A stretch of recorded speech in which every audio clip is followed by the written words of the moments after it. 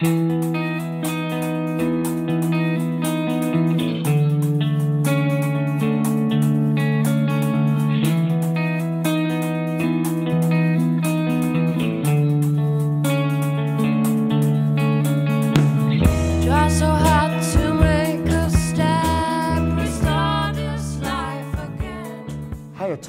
tell us about this exciting project you're doing in and around Kirklees. Well, this is for my university work placement, and I really, for this project, wanted to get an insight into the diversity in Kirklees, and we're asking the question, does Kirklees live up to its statistic as the 9th most divided place in the country, or do people see themselves more as part of a shared English or British identity? Okay, so why are you doing this? Yes, university project. Is there something more personal running underneath all of this? I wouldn't say personal, but for the sake of information, for the sake of opening people's eyes. You know, many politicians tend to shut themselves away in their own bunkers, so to speak.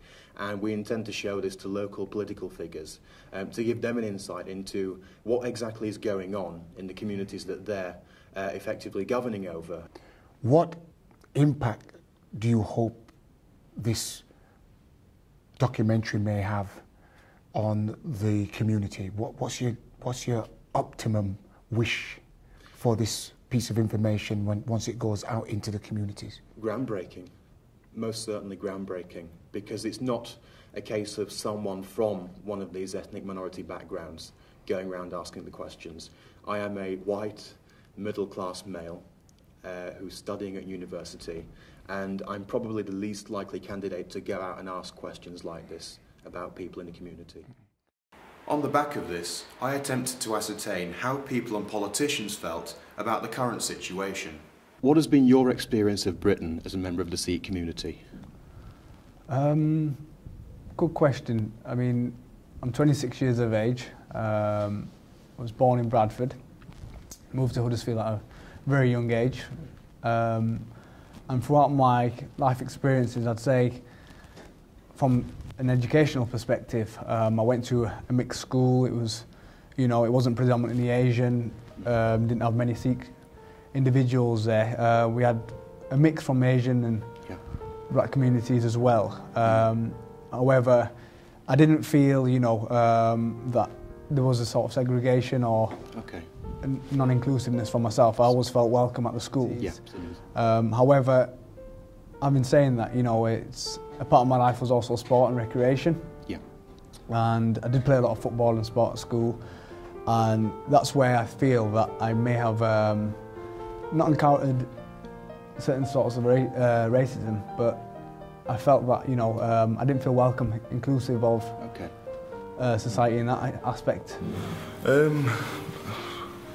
Quite a few different experiences, really. I think I've seen, like, I've grown up with basically everybody around my area, like as a community sort of thing. So, like, I've grown up with a wide grasp of, you know, different life routes. I've got friends who are really, you know, proper down for education, and then I've got friends who are drug dealers in a sense. So it's like literally like that. I actually celebrate the fact that Kirklees has a very diverse community. The statistic might be presented in a way that we're very divided, but in truth, the area of Kirklees has had generations of different types of migration here. You know, before the Second World War, there were those from Eastern European countries, from the Polish countries, and also from the Afro-Caribbean areas. My experiences have been good, actually even better, because, you know, I'm actually grateful for what, you know, the community, the council actually do for us, because, you know, we've got this building and, you know, it was burnt down, let's say it was a year ago, and, you know, it was so fast, you know, how they made the building, and, you know, right now as the interviews have been taking place, we're here now. I wouldn't say it's been all peaches and cream. I'm not from a particularly privileged background, so I've lived in council estates with other minorities, and I've lived in rural areas, where it's been mostly white British people. So I wouldn't say it's been all smooth riding. in situations like council estates, you've got so much going on all at the same time. You've got people living on top of each other, and it can get quite difficult, it can get quite tense. So as a British citizen, I do feel very British, but I wouldn't say that it's easy. My experiences have been positive. I've grown up well and been brought up well. I've never been racially abused, whereas my peers have. My brother's got into loads of abusive fights, you know, that were to do with race and colour, but myself, I've never gone through anything negative. It doesn't surprise me that the trust in local government is better than national government. When you've got one councillor for every 4,000 electors, the chances are a lot of people will actually know you. Well, I mean, I've never really noticed any difference because I grew up in Spain and I've travelled a lot, so the fact that I'm mixed was never an issue, and I never really noticed it or I didn't take any notice of it until I came here, and I noticed there's a clear divide in both cultures, which was really interesting. I mean, I've never experienced any negative, I've never had any negative experience in that area, but I have kind of noticed it. Like for us, because from every single Kurds, from a young age, we've had it so hard. You're coming over here, getting, like, obviously, if you don't work, you get benefits. Like, everything is, like, a lot easier what it was back home. So we kind of seem to appreciate what we're getting here a lot. Kirklees has never had a councillor from an Afro-Caribbean background. That's terrible. Terrible. You know, that is the case. I think a lot of it starts off from where you live, and the area that I was brought up in is quite a mixed area in terms of ethnic groups and faith as well. So my experience was always quite diverse. Kirklees can celebrate being a diverse community, but what kinds of things are possible in an area which is deemed to be the 9th most divided place in the country? How does your community come together and make it work, so to speak? What does the Sikh community bring to Kirklees in terms of, say, enrichment? The positive things that the Sikh community can bring is a friendly, warm atmosphere, you know, people who are polite, hard-working. I definitely think we could improve. I believe there's so much we could learn from other minorities. Well, the Muslim community, well, my local youth group do a various amount of projects which contributes to Kirklees. So, like, we did a community project bringing the elderly community together with the youngsters, seeing as we felt as though we weren't combining together well. And then recently we've done another project where we look at different races combining together, and that was a successive programme as well. So we try contributing by bringing the society together. Well, I believe obviously there's a lot more like culture in every single area now in Huddersfield. Well, it can celebrate the active work that we're doing in the masjid, such as keeping the environment clean and trying to live together as like one community. And I know a lot of people, you know, when they find out where I'm from and my background, they always seem amazed by all the different you know, different ways. You know, I grew up differently, much differently than people here, because I've travelled and I have all these different values from all these different countries. If you rub your shoulders with someone, there's always something interesting you can learn. You know, my mentor, Milton Brown, he always said to me, you know, as a young individual, the good thing I like about you, one of your strongest assets is the willingness to learn. And that was, what, 10 years ago, and I still remember that. And I thought, if I've got the opportunity to, you know, have that incentive to, you know, have the willingness to learn, then that might be something integral in the makeup of someone else. Even this community, like this Pakistani youth group that we've got going now, you know, we're going out to other communities. We've been holding peace meals with the Sikh community, with the Christians, with the black community, with the whites. You know, it's a sort of thing where, you know, we're actually exploring out. You know, we're going out there, finding out what other people think of us, not actually, you know, placing our own teachings upon them. We're not enforcing nothing upon them, because, you know, we don't want to do that. To give the youth a sense of inclusion, and to give the youth a sense of space, and to educate them, I think would go a long way to reducing various certain evils that we could get rid of, racism, if everybody understood. And the children can educate the parents. Also, Islam is a peaceful religion, and we feel that there shouldn't be any violence, and we should communicate with everybody without using violence. within the society and community. So I feel I follow that, and like in the mosques and stuff, I've been brought up by saying, you know, never use violence, don't rely on violence, and you know, always think before you do your actions and stuff. Then because of football and colleges, and we started making friends with different like English people, black people, Asian people. We all like got on well, so now we're doing quite well with the different cultures of people, yeah. Right, I think there's a lot of broader issues which young people have in common, which they could be taking up with politicians and MPs, and that could be anything: substance misuse, educational fees, it could be crime, disorder. There's a lot of issues that they could take up. There's issues specific to accessing education, how easy or difficult that is, awareness of system structures, even community facilities. You know, there's some areas that don't have the right type of facilities, or you know, they might like to see a luncheon club, or they might like to see, but it's knowing who to approach and when to approach, and it's so diverse. It is so diverse. People have desires and politicians have policies. So what is the future for the next generation of people in Kirklees? They could promote more events, actually, you know, in the community, get people, you know, together, get people sharing their experiences.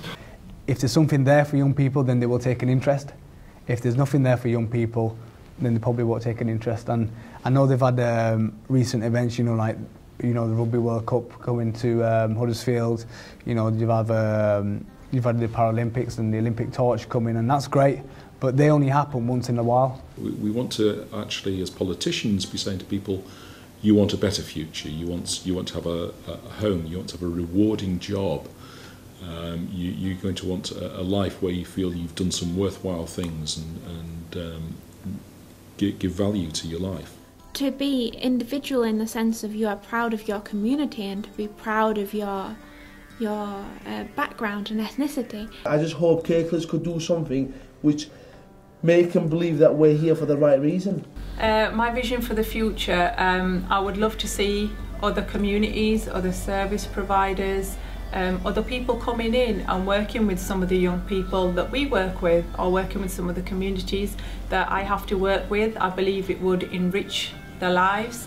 Have a more, not just a voting system, but have a more, you know, actual community-based poll, where everybody, you know, meets up and they talk about their local issues and how they can be fixed. I think that's probably the best way, because then you are literally hearing it from the horse's mouth. Well, I don't want to be in a position where I can give something back to my community as well as feed myself, obviously, and yeah, I want to make an impact on the community. Well, I would hope that in 5 years or 10 years' time, the majority of the people in Kirklees can look at the council and what it provides and say, yeah, that's okay. I mean, all I can think of right now is Obama and his speech when he won the election again this year. He was saying that, you know, he included everybody in that speech, and he said that, you know, it's the United States of America, so everybody should be put together. I hope to be an engineer through college, education, do something, go to uni. And I like to explore, I like to go out travelling and go to different countries, work there for a couple of months, come back, and also do more stuff like this, you know, with the community. I want Kirklees to be a prosperous place where people want to come, want to live, and want to be part of our communities. If there's something not constant there, then I think, like anything, you know, you lose interest, and rightfully so. You know, why should someone be interested in something that they're not interested in? Young people, by their very nature, are the ones who have got the most stake in the future because they've got the most years ahead of them, and so looking at that, I think councils and all political bodies have got to recognise that and do that in their policies. And I think it's really important to interact with people from different backgrounds. It definitely helps to break down stereotypes, barriers, and that face-to-face thing that you have with somebody is invaluable, I think. If when you're young you want to change the world, great! The world needs changing. Make a start then. Change something in your locality, and then you can change the world. is fantastic, and I think everybody should be proud of what they're doing, but that proudness should enable them to go further, should enable them to bring more to society. They could just speak out. Like, there's many like role models in society that are just doing their own thing at the moment, and if they like teach us how they do it, or show us the ropes, as they say, then it would enhance the community. But I would hope they would look back and say, yeah, the decisions that we make now will shape the council, but they will provide the safety net that needs to be there for vulnerable people, and also assure people that are paying council tax that they'll actually get something for their money. It's not about the Hispanics or the blacks or the whites or anything, it's all of them together. So it's a matter of not making people think that they're different to others. And politics is important because politics is the art of the possible. Get people, make awareness out there, because without us, the younger generation they won't get involved. So, because they look up to us, younger people, they look up to the elders around the community. But also a place which is young, where young people feel they've got a stake in the future, feel they've got a real value to not just grow up, but actually grow up and maybe go away to university, but actually come back and invest their talents in the future of the world. Without any forewarning, put the big questions to us that they want answered, and demand that we come back to them with responses and actions. Well, to briefly conclude on my project here at Kirklees Local TV, after interviewing the people from a cross-section of backgrounds, we found that they had a lot of different desires, and I didn't really feel that political figures were in a place to cater to that, really. What they could do was give them an atmosphere where they could coincide, where they could get together, and where they could cooperate with each other through different community events.